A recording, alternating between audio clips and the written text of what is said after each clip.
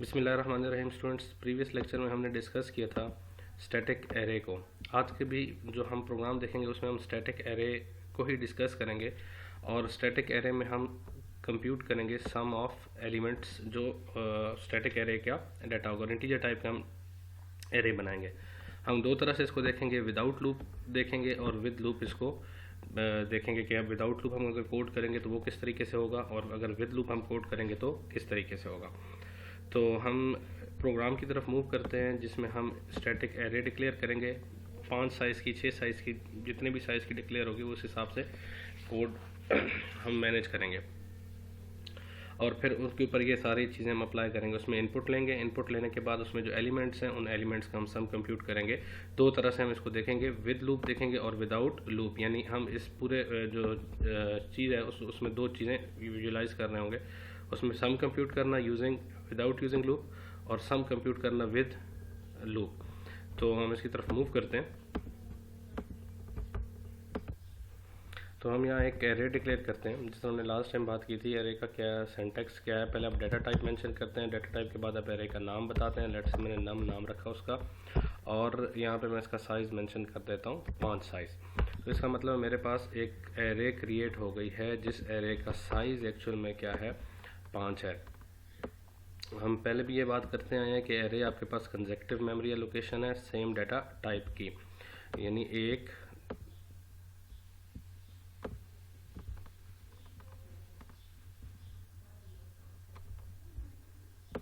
कुछ इस तरीके से। और एरे का जो नाम होता है ये एक कांस्टेंट पॉइंटर है जो कि पहले इंडेक्स को पॉइंट आउट कर रहा होता है। और हम कहते हैं अगर ये एड्रेस A12 है तो नेक्स्ट वन आपके पास A16 होगा, फिर उससे नेक्स्ट आपके पास A20 होगा। इंटीजर के केस में 4-4 बाइट का फ़र्क आएगा, A20, A24 और A28। तो ये आपके पास 5 इंडेक्सेस। अगर मैं इंडेक्स पॉइंट ऑफ से करूँ तो ये 0 इंडेक्स है, ये 1 इंडेक्स है मेरा, ये 2 इंडेक्स है, ये 3 इंडेक्स है और ये आपके पास क्या आ गया, 4th इंडेक्स। इन टोटल आपके पास सेल्स 5 हैं और इंडेक्सेस आपके पास क्या हैं, 4 हैं। अब अगर मैं इसमें इनपुट लूँगा तो इनपुट दो तरह से हो सकती है स्टूडेंट्स, या मैं इसमें लूप के थ्रू इनपुट लूँ या मैं विदाउट लूप इनपुट लूँ। तो मैं इसमें विदाउट लूप पहले इनपुट लेता हूँ कि इनपुट विदाउट लूप कैसे ली जाएगी। तो मैं यहाँ पे सिंपल स्टेटमेंट लिख रहा हूँ, सी आउट एंटर नंबर, कोई नंबर बताओ, सी इन 0।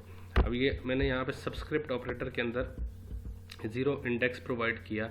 एक्चुअल में इसकी बैकएंड की कैलकुलेशन क्या होगी, ये एड्रेस कैसे ऐड हो रहा होगा, ये कुछ इस तरीके से लिखा होगा, A12 प्लस 0 और ये रेफरेंस यहाँ पे मूव कर रहा होगा। यानी ये जो भी एड्रेस बनेगा एक्चुअल में यही वाला एड्रेस बनता है, तो इस तरफ मूव करके यहाँ पे डाटा स्टोर किया जाएगा।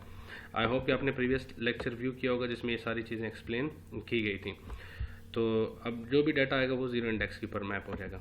इसी तरीके से अगर मुझे अगले इंडेक्स पे डाटा इनपुट करना है और मैं एंटर नंबर कह रहा हूँ, अच्छा ये चीज़ को इसको हम ऐसे भी लिख सकते हैं, ये जिस हमने लास्ट टाइम भी डिस्कस किया था, नंबर प्लस 0, यानी ये चीज़ ऐसे भी लिखी जाती है।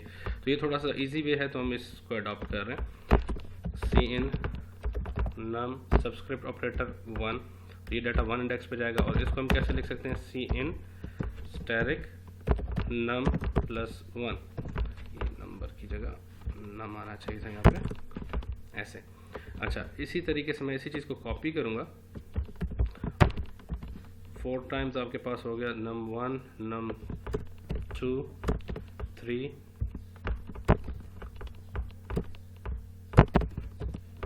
और 4। ये सारा आपका डाटा 5 वैल्यूज़ इनपुट ले ली जाएंगी। अब क्वेश्चन ये है कि जब ये 5 वैल्यूज़ इनपुट ले रहा है तो 5 टाइम्स मैंने ये स्टेटमेंट्स लिखी हैं। स्टूडेंट्स, अगर ये एरे का साइज़ 10 या 20 या 30 होगा तो फिर मुझे यही स्टेटमेंट 10, 30, अगर 30 होगा तो मुझे 60 स्टेटमेंट्स लिखनी पड़ेंगी, क्योंकि 5 के लिए मैं कितनी स्टेटमेंट्स लिख रहा हूँ, 1 2 3 4 5 6 7 8 9 एंड 10 स्टेटमेंट्स लिखी जा रही हैं। तो बेहतर क्या है कि मैं इस पूरी एक स्टेटमेंट को किसी लूप में अप्लाई कर देता। खैर अब मैंने लूप नहीं यहाँ पे यूज़ किया, विदाउट लूप किया, तो लूप के ज़रिए भी हम देखते हैं कि लूप के ज़रिए किस तरीके से हम इसको सॉल्व करेंगे। अच्छा, अब हमने क्या बात की थी कि हमने डाटा इनपुट लेने के बाद डाटा का सम कंप्यूट करना था। तो मैं यहाँ एक वेरिएबल डिक्लेयर कर रहा हूँ सम के नाम से और उसको वैल्यू इनिशियलाइज कर रहा हूँ 0। अब क्या कह रहा हूँ कि sum is equal to num of 0 plus num of 1 plus num of 2 plus num 3 plus num of 4। पर स्टूडेंट्स यहाँ पे ये चीज़ आपने गौर से देखनी है कि एरे का अगर साइज़ होगा 10 तो ये स्टेटमेंट मुझे 10 टाइम्स लिखनी पड़ेगी। अब ये पर्टिकुलर स्टेटमेंट को मैं चेंज कर सकता हूँ। किस तरीके से चेंज कर सकता हूँ, यानी इसको मैं कमेंट कर लूँ और मैं कहता हूँ ये स्टेटमेंट जो मैंने लिखी है ये बिल्कुल इस तरीके से भी लिखी जा सकती है, sum is equal to sum plus num of 0। अब सम में हमने इनिशियल वैल्यू क्या रखी है स्टूडेंट, 0 रखी हुई है। अब 0 में कोई चीज़ प्लस होगी तो ऑब्वियस बात है वो नम ऑफ 0 प्लस करेगा तो सम में वही चीज़ ऐड होगी। अब फिर हम कहते हैं sum is equal to sum plus num subscript operator में 1। अब इसी चीज़ को मैं कॉपी कर रहा हूँ और 2 टाइम्स ये 2 3 एक इंडेक्स के लिए हमारे पास वैल्यू रह गई जिस इंडेक्स को हम यहाँ पे प्लेस कर देंगे 0 1 2 3 4। अब अगर मैं सम प्रिंट करूँगा तो सी out some equals to some और एंडल और सिस्टम पॉज, ये हमारे पास यहाँ पे स्टेटमेंट पॉज हो गई। अब हम इसको रन करते हैं, देखते हैं इसकी आउटपुट क्या आ रही होगी। ये जो नंबर दिया जा रहा है 0 इंडेक्स पे 5 6 3 2 1 और सम जो है इसको ऐड अप करके आपके पास जो सम आ रहा है वो यहाँ पे शो किया जा रहा है। अब स्टूडेंट्स अगर मैं यहाँ तो मैंने 5 साइज़ की एरे बनाई है तो मेरा कोड ठीक ठाक लेंथी हो गया, तो मैं इस पूरे कोड को चेंज कर सकता हूँ। कैसे चेंज किया जा सकता है, देखें ये 0 है, ये 1 है, 2 3 4। तो अगर आप एक चीज़ देखें तो हर दफ़ा जो वैल्यू है वो एक इंक्रीज़ कर रही है। यानी पहली दफ़ा 0 इंडेक्स पे तो मैं कोई एक वेरिएबल यूज़ कर लेता हूँ, इस चीज़ को ख़त्म करता हूँ ऐसे, और उस वेरिएबल को मैं कहता हूँ जी वो वेरिएबल है मेरे पास i। या कोई भी आप वेरिएबल रख सकते हैं, for int i equal to 0, i is less than 5 और i प्लस प्लस। अब ये वैल्यूज़ आपके पास अब यूज़ हो रही होंगी कुछ ऐसे, num equals to num plus this, num equals to this, num of i, यानी पहली दफ़ा पूरी की पूरी आपके पास एरे फिल हो जाएगी। अब पहली दफ़ा i की वैल्यू क्या होगी स्टूडेंट्स, i की वैल्यू कहाँ से स्टार्ट हो रही है, i की वैल्यू 0 होगी तो वो 0 इंडेक्स पे वैल्यू इनपुट लेगा, i की वैल्यू 1 होगी तो वो 1 इंडेक्स पे इनपुट लेगा, 2 3 4 5 i की वैल्यू होगी तो लूप से बाहर आ जाएगा। इसी तरीके से अगर हमारे पास नीचे की स्टेटमेंट देखी जाए तो ये जो स्टेटमेंट मैंने कमेंट लिखी है इसको मैं लूप में नहीं लिख सकता, ये जो स्टेटमेंट है ये मैं लूप में लिख सकता हूँ, ठीक है। तो मैं इस चीज़ को प्रेफर करूँगा और लूप कैसे लगाऊंगा मैं, वही loop for int i equal to 0, i is less than 5, i plus plus, और यहाँ जो मैंने स्टेटमेंट लिखी थी इसकी जगह मैं क्या लिख दूंगा, सम इज इक्वल टू, चूँकि एक ही स्टेटमेंट मैंने लिखनी है इसके अंदर तो मैं कर्ली ब्रैकेट का इस्तेमाल नहीं कर रहा। अब ये स्टेटमेंट इस लूप को देखें और इस लूप को देखें, दोनों में कोई फ़र्क नहीं है।